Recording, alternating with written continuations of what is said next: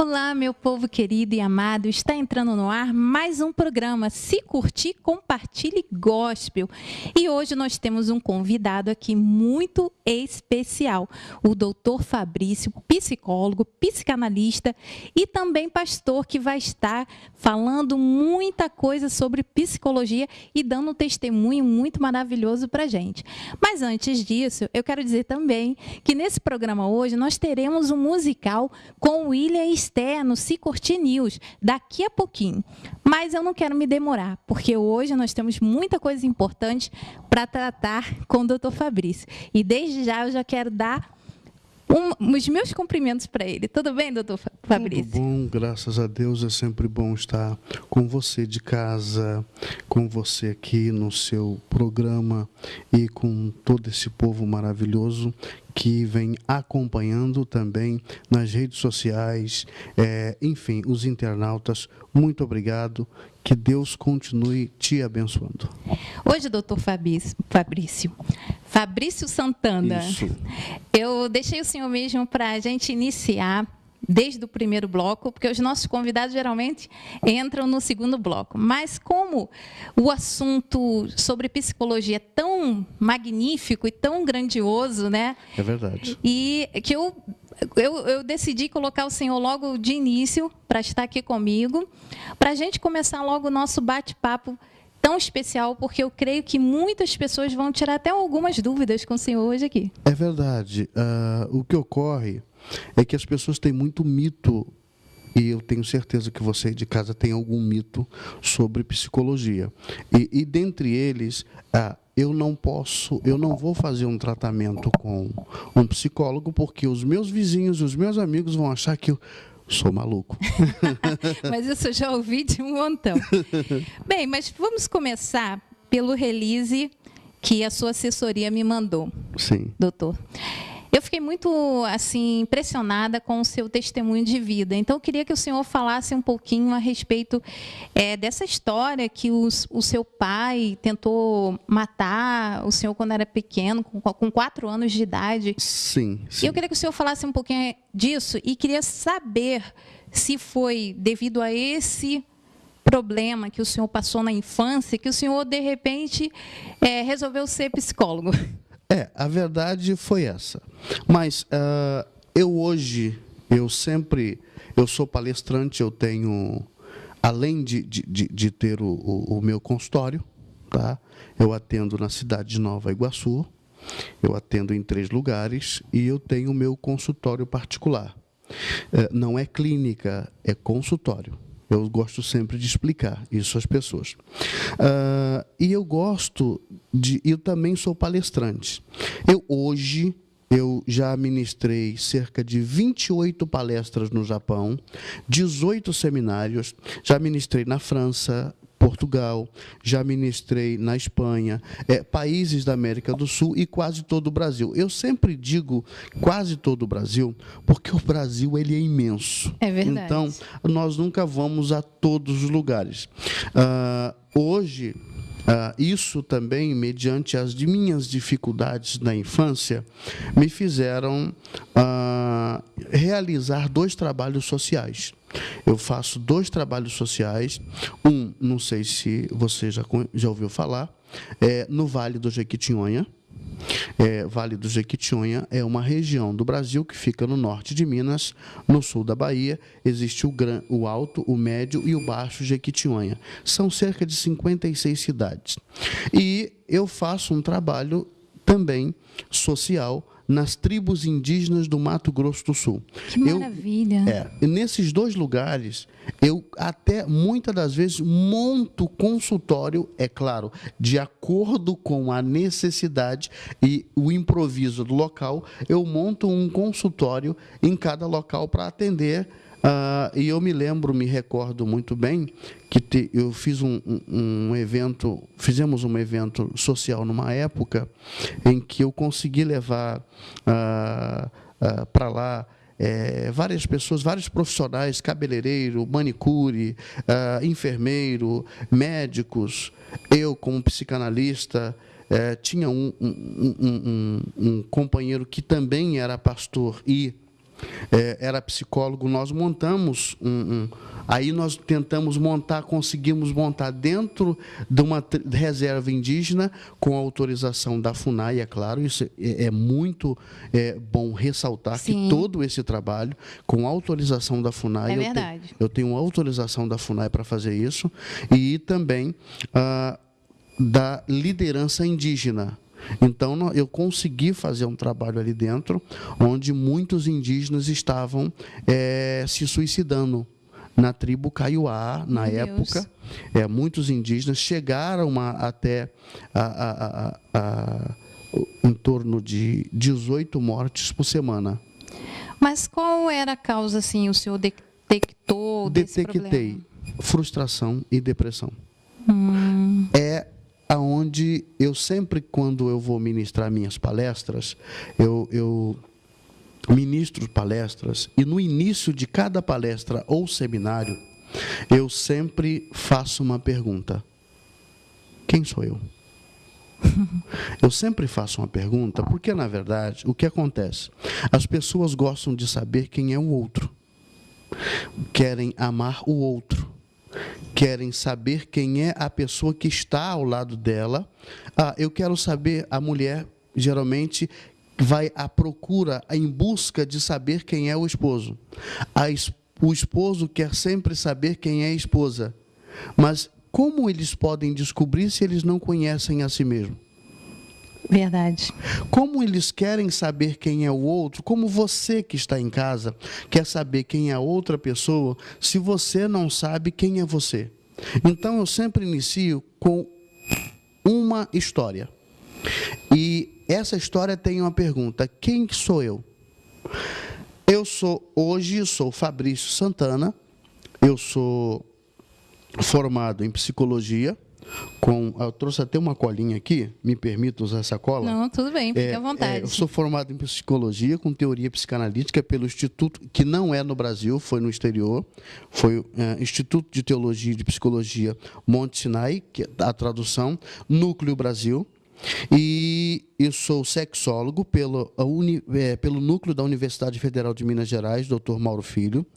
Eu sou psicanalista pela Sociedade Fluminense de Psicanálise, terapeuta floral pela mesma sociedade, e eu quero trazer aqui em toda a mídia de primeira mão que recentemente eu recebi o título de doutor honoris causa pela FATEF, Faculdade Aplicada de Teologia e Filosofia. Eu sou doutor honoris causa por essa faculdade, e graças a Deus isso. Mas eu estou dizendo quem sou eu hoje. Quando eu tinha 4 anos de idade, a minha mãe, nós morávamos na cidade de Nova Iguaçu, hoje município de Belford Roxo. Não outra cidade, para quem não conhece, aqui a Baixada Fluminense. Nós morávamos numa comunidade. Na subida dessa comunidade, na nossa rua, tinha uma vizinha nossa, que tornou-se amiga da minha mãe, e ela sempre convidava a minha mãe para ir num local, numa festa. E meu pai nunca deixava para que ela fosse nessa festa. E mais um dia ela foi nessa festa, e essa festa era numa igreja. E meu pai não gostava de evangélico, e ela lá é o que a gente chama de aceitar Jesus. Ela aceitou Jesus, e quando ela veio para casa, ela disse para o meu pai que ia aceitar Jesus, que tinha aceitado Jesus. Meu pai foi dentro de casa, aí que nós descobrimos que ele tinha um revólver. Ele chegou de dentro de casa, botou o revólver na minha cabeça e disse assim: olha, eu vou matar seu filho, para minha mãe. Você ainda é crente? Aí a minha mãe disse assim: mas eu só aceitei Jesus. E ela disse: eu vou matar seu filho. Praticamente, ele quase pediu para ela negar a fé, né? E eu sempre digo que a minha mãe era muito valiosa. A minha mãe foi uma guerreira. Então, ele tentou nos matar naquela vez. Aí eu contei para minha mãe que ele já tinha colocado uma faca no meu pescoço, que naquela vez era a segunda vez. Aí aconteceu a terceira vez. Meu pai, para quem não sabe o que é estivador, meu pai era estivador, meu pai era um cara alto, eu sou eu sou forte também igual a ele, só que o meu músculo está concentrado mais na barriga e do meu pai era já distribuído aqui. Então, ele, além disso, era estivador, carregava 2 sacas de 80 quilos na cabeça e imagina só. Aí, o que acontece é que meu pai tentou, né, me matar. Eu expliquei à minha mãe que não tinha acontecido pela primeira vez. E pela última vez, meu pai tentou me matar de uma forma mais difícil para mim, que seria para, de repente, qualquer outra pessoa, mais traumático. Porque nós morávamos numa casa pequena, que ele construiu, para nós construirmos uma casa maior e fugirmos, então, do aluguel. E ele estava tentando fazer uma casa maior na frente. Foi quando ele, nesta casa, eu estava em casa com ele, eu tinha chegado do colégio, e o meu pai perguntou, porque na época era mais fácil comprar combustível em qualquer posto e armazenar em casa. Perguntou onde minha mãe tinha guardado a gasolina. Eu fui apontar para ele, mostrei a ele, disse: volta lá e assiste sua televisão. Ele pegou a gasolina, pegou álcool, pegou um cobertor que tinha na época, lá em casa, pegou o botijão de gás, botou no meio da casa, enrodilhou aquele cobertor, colocou álcool e gasolina e botou fogo. Só que do lado da nossa casa morava um policial, que ele ouviu os gritos, junto com alguns outros vizinhos, foram lá em casa, meteu o pé na porta, derrubou a porta e me tirou lá de dentro. E a partir daquela data, eu e meu irmão ficamos na casa de outra pessoa, de um vizinho, até a minha mãe vir do serviço, que nós morávamos na Baixada Fluminense. Minha mãe trabalhava na Barra. Então, na época, não existia com facilidade telefone. Até alguém entrar em contato com a minha mãe demorou, mas ela chegou à noite. Isso aconteceu na parte da manhã. Ela chegou à noite e aí o que aconteceu foi que, naquele instante, a vizinha ficou comigo e com minha mãe, com meu irmão, e a partir daquele dia nós começamos a morar na casa das outras pessoas, na casa dos amigos. Só que meu pai descobria, chegava lá, dava tiro na porta da casa dos outros, e as pessoas: você quer botar em risco a sua família? Não, com certeza. Nem os outros nossos amigos. Não colocava a sua vida em risco, né? Não queriam colocar a sua vida em risco. Aí, o que passou a acontecer? Nós começamos a morar na rua. Em Nova Iguaçu existiam 2 rodoviárias pequenas. Uma, onde é o Camelódromo, uma próximo à antiga 13 de Maio, Rua 13 de Maio. E onde hoje ali é um espaço em que há algumas feiras, enfim, algumas coisas ali desse tipo. Então, um dia eu dormia numa rodoviária com a minha mãe e com o meu irmão, no outro dia em outra. Na Praça da Liberdade, em Nova Iguaçu, existia um cinema chamado Cine Verde. Outro dia nós dormíamos ali. No outro dia nós dormíamos na Rua Dom Valmor, que é onde é um posto de saúde, que era o chamado antigo INPS, ou então a antiga Sandu. E outro dia nós dormíamos debaixo do viaduto de Nova Iguaçu. Então, um dia em cada lugar. E correndo risco. Porque quando meu pai nos encontrava, ele queria nos matar. E várias vezes ele atirou em cima da gente, várias vezes ele veio tentar nos matar. Isso aconteceu inúmeras vezes. Doutor Fabrício, o senhor só tinha 4 anos quando isso ocorreu? Isso, a última vez, eu já tinha 6 anos de idade. Meu Deus. E, assim, eu creio que isso causou um trauma, né, na sua memória, vamos dizer assim. Sim. E eu creio que realmente talvez isso tenha impulsionado hoje o senhor procurar tratar dos problemas das outras pessoas, que foi um ponto positivo. Sim. Porque poderia, uma criança com 4 a 6 anos, isso poderia ter causado um efeito inverso. Com certeza. Eu sempre digo o seguinte, e agora eu vou dizer para você que está em casa, você que nesse momento está me assistindo, você que neste momento está acompanhando o Se Curtir, Compartilhe Gospel. A frustração é o que eu tive e que toda pessoa pode passar por um momento de frustração. Existem 2 pontos da frustração. O primeiro ponto da frustração é o ponto em que você vai dizer o seguinte: passei por um problema difícil na minha vida, passei por uma dificuldade na minha vida, vou ficar nesse cantinho aqui, eu chamo de sentimento de autocomiseração. A minha vida acabou, vai ficar, ó vida, ó céus, a vida acabou. Ou você vai usar essa sua frustração como mola mestra para te impulsionar e para dizer o seguinte: a minha vida pode mudar. Foi o que aconteceu comigo. Para construir coisas positivas. Exatamente. Em vez de negativas, positivos. O que aconteceu comigo? Um dia, uma amiga da minha mãe nos encontrou. Ela tinha 2 anos que não nos víamos. Era uma paraibana que dizia: ô, mulher, como é que vai, mulher? Tudo bom? E nos abraçou, nós estávamos sujos.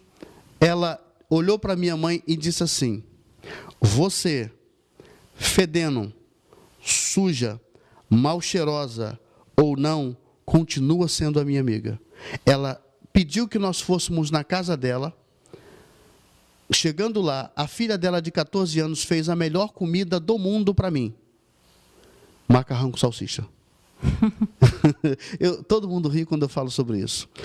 Fez um macarrão com salsicha, arrumou roupa para minha mãe, arrumou roupa para mim e para o meu irmão. Ao lado, quando a amiga da minha mãe chegou à noite do serviço em casa, nos levou num quartinho de uma vizinha dela, alugou para minha mãe esse quartinho, já pagou adiantado 3 meses. Ao pagar adiantado 3 meses, nós dormimos ali. Naquele dia, a nossa vida começou a mudar. Eu quero dizer para você que está me assistindo agora: qualquer que seja a dificuldade que você esteja passando, se você quiser, você pode mudar. Se você quer, você pode. E se você pode, as coisas mudam. Eu quero, eu devo, eu posso. Se você quer mudar, você deve mudar. Se você acha que entende que a sua mudança vai fazer bem para você e bem para as pessoas que estão à sua volta, sim, você deve mudar. Isso faça, porque as pessoas que estão à sua volta receberão benefícios. E o que acontece? Eu entendi que eu deveria mudar. Estudei. Na época eu fiz o primário, que hoje é o ensino fundamental. Eu fiz o ginásio, que é o ensino médio.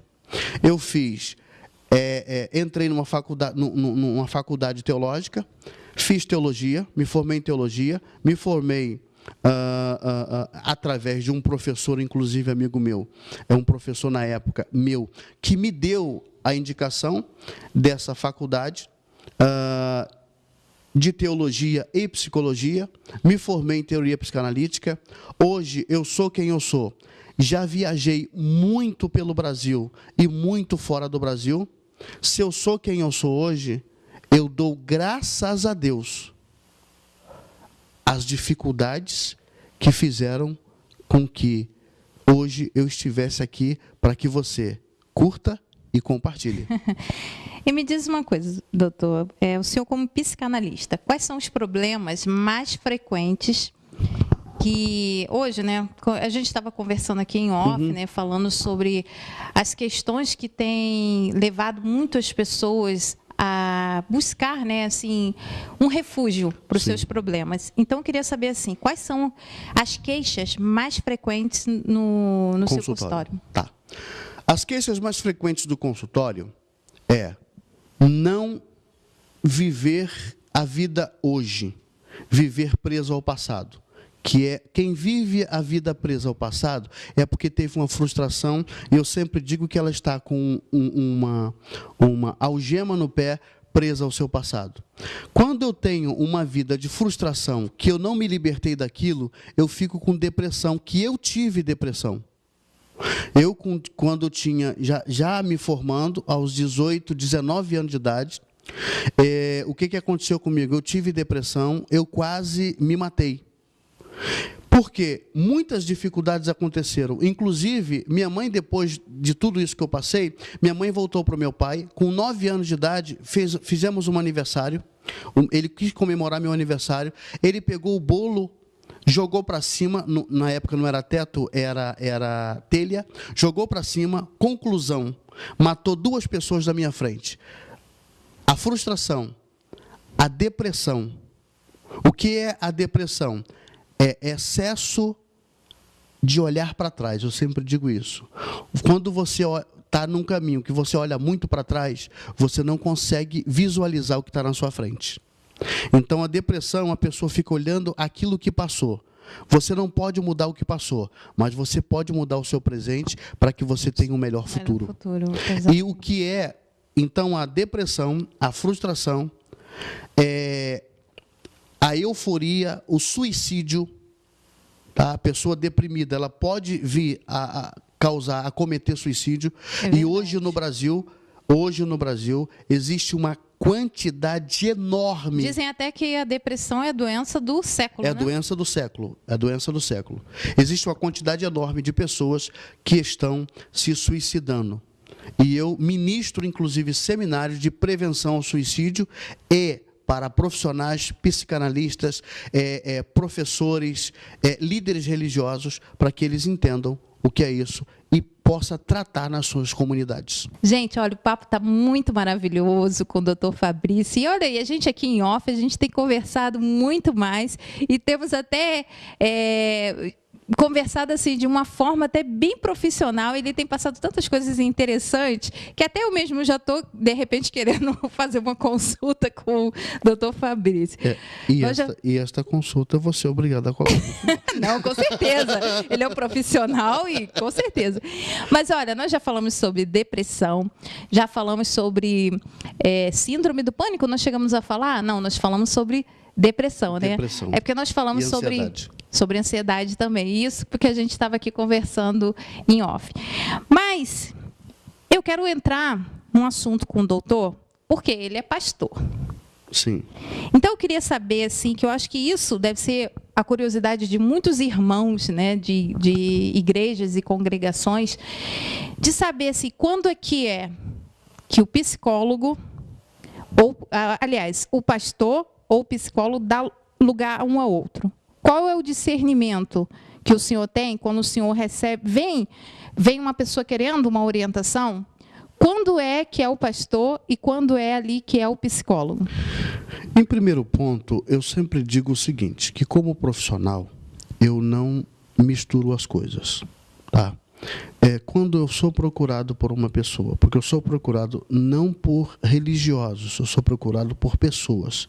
Então, quando a pessoa chega, eu não tenho religião, eu sou um profissional.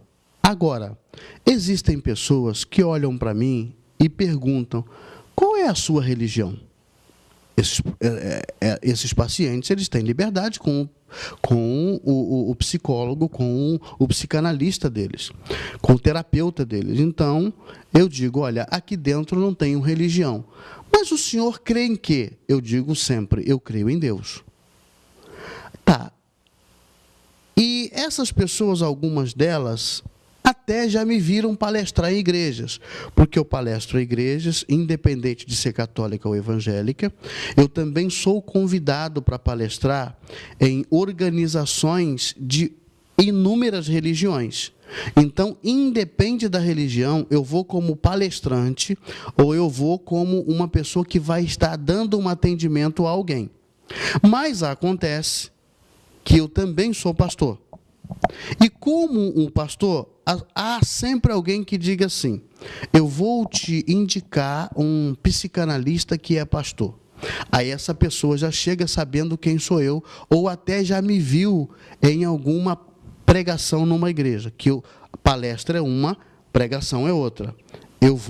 Às vezes eu palestro numa igreja, às vezes eu vou pregar numa outra igreja. Então, quando eu vou para falar sobre uma palestra, sobre um assunto, eu vou falar sobre aquele assunto. Quando eu vou para pregar, eu vou para pregar. Eu vou como o pastor.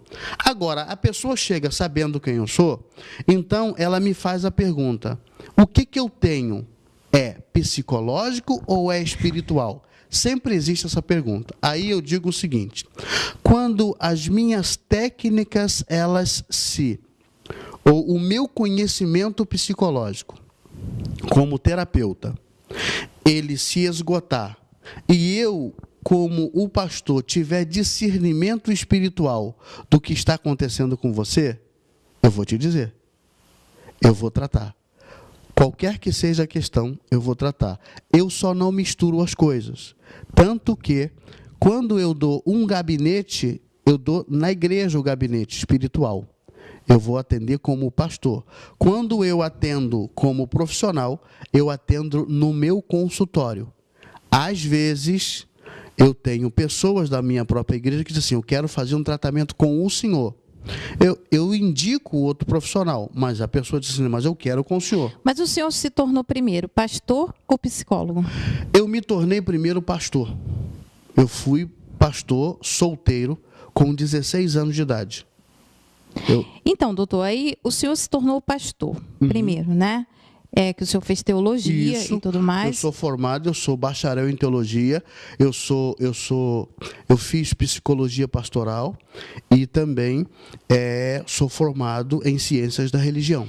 Então, e aí, quando o senhor começou a estudar psicologia e até a psicanálise, sim, quando foi assim que o senhor começou, de repente, a questionar? Porque todos os psicólogos que eu conversei até hoje, eles sempre falam que a psicologia, ela anula muitas coisas em relação ao espiritual. A fé, sim, todas essas questões. Então, eu queria saber, existiu dentro do senhor esse conflito ou não? O senhor conseguiu separar muito bem isso? Eu sempre consegui separar muito bem, até porque existe um dos maiores psicólogos que você em casa deve conhecer. Esse cara é 10, é o maior psicólogo, aquele que quando ele chegou, ele fez um tratamento psicológico, quando ele chegou ao meio-dia, próximo ao Poço de Jacó, quando veio uma mulher samaritana, e ele disse assim: dá-me de beber. A mulher olhou para ele e disse assim: como sendo tu judeu me pede de beber, mulher que sou samaritana? E aí ele começou a fazer um tratamento com ela psicológico para depois fazer um tratamento espiritual. Primeiro Jesus tratou a autoestima dela para depois tratar a espiritualidade dela. Como mulher, Jesus elevou a autoestima dela que estava baixa. Primeiro, ela chegou ao meio-dia, horário em que não era comum para as mulheres. Um cântaro pesava entre 35 e 50 quilos, um cântaro cheio. Uma mulher, uns 52 a 55 graus, chegando num horário desse de sol ao meio-dia, então ela chega com um cântaro de 35 a 50 quilos, era sofrimento demais. Mas por que ela passava por isso? Porque naquele momento a maioria das mulheres não estavam ali. Porque ela já era julgada na sua própria Samaria.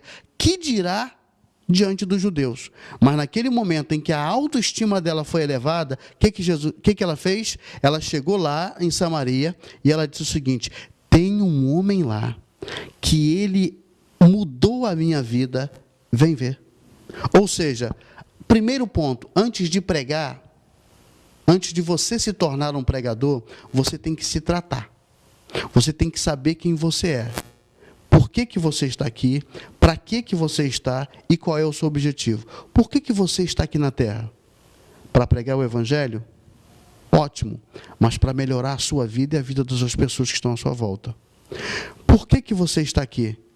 Porque você foi enviado. E todos nós, como pessoas, estamos aqui porque temos uma missão na vida. E da onde você veio, para onde você vai? Você quer ir para onde? Qual é o seu objetivo? Essas perguntas são o que as pessoas se fazem. E eu sempre respondo essas perguntas dizendo o seguinte: descubra de onde você veio e para onde você vai, porque aí você vai saber como mudar a vida de alguém. Vamos falar um pouco sobre medicamentos. O psicólogo, ele pode prescrever medicamentos ou só como psicanalista que a pessoa pode prescrever ou não? Não, nem o psicólogo, nem o psicanalista, ele prescreve. Porém, o terapeuta floral, ele, que eu também sou terapeuta floral, ele faz digamos assim, uma outra especialização, Então, junto com raízes, com flora, é um tratamento que é vasto. É uma especialização vasta. Então, ele pega e ele faz essa especialização e, emocionalmente, ele vai tratando, como terapeuta floral. Agora, quem pode prescrever é o psiquiatra. O psiquiatra está apto a escrever. Ou o psiquiatra, ou o homeopata, ou o terapeuta floral, que podem prescrever, fazer indicações medicamentosas. Eu, como terapeuta floral, eu não faço indicação medicamentosa de alopático, que são desses remédios que você compra em qualquer farmácia. Eu faço, sim, de terapia floral, que é remédios manipulados. Entendido. Bem, nós chegamos ao final do programa. Eu quero agradecer a presença do Dr. Fabrício aqui. Agradeço. Foi muito edificante. Mas se você quiser conhecer mais um pouco do trabalho do Dr. Fabrício, eu gostaria que ele mostrasse, falasse a respeito de um seminário, né, que o senhor vai fazer. Eu vou estar fazendo um seminário no dia 24 e 31 de outubro, em Nova Iguaçu. E esse seminário, ele é endereçado a profissionais, ele é endereçado a pastores, a psicanalistas, a psicólogos, a professores, psicopedagogos, a quem trabalha ou também quem é estudante. É o seminário Estruturando a Família. Eu vou estar junto com a doutora Vera Lúcia, psicóloga jurídica, também advogada, excelente. Os temas ou as abordagens serão os 5 sentidos, consequência da frustração no casamento, 5 passos para desenvolver o seu potencial, autoestima, vida e indiferença, amor patológico, crimes em família, transtorno obsessivo explosivo de personalidade, bullying e suas consequências. E esse seminário terá um custo de R$40. Se você quiser participar desse seminário, você liga para o telefone 21, que é Rio de Janeiro, 30 66 2549. 21 30 66 2549, com certeza vai estar passando aí na sua tela, tá? É também o telefone do meu consultório. Então, a minha secretária, em horário comercial, é claro, a minha secretária vai atender. E eu também quero estar aqui já agradecendo os parceiros que estarão conosco nesse seminário, porque esse seminário é um seminário caro para as pessoas que não têm acesso, porque é um seminário que hoje, no mínimo, é R$280. E nós, pelo projeto social Psicologia ao Alcance de Todos, que eu sou diretor desse projeto, eu consegui levar esse seminário junto com os parceiros, com a Simpro, que é a Faetel, um seminário teológico, a Dermafísio, com a doutora Suelen, o Tani Suco, que é uma lanchonete, a Canam.com, que é uma livraria evangélica em Nova Iguaçu, Mais Você, que é um tratamento facial e corporal, a Esther Artesã, a doutora Gersileide Barroso, que é uma dentista também evangélica, a Eurodata Nova Iguaçu, que está fazendo 20 anos no mercado, e também a Elemento Base, que é uma farmácia de manipulação, e nós estamos juntos, apesar desse momento de maior dificuldade que está se passando no Brasil, nós conseguimos, com essa parceria, fazer com que tivéssemos a possibilidade de levar a todos esse seminário só por R$40. Então, se você quiser participar, repetindo, 21 30 66 2549. Faça a sua inscrição, você vai saber a forma de pagamento, tudo direitinho, fácil. Será 2 sábados, de 4 da tarde às 20 horas, ou seja, de 4 às 20, de 4 às 8 da noite, serão 2 sábados, dia 24 e 31. Muito obrigado. Que bom, muito obrigada, doutor Fabrício. Então é isso aí, gente, aproveita essa oportunidade e nosso programa está terminando, como eu falei, eu quero agradecer a todos os nossos parceiros.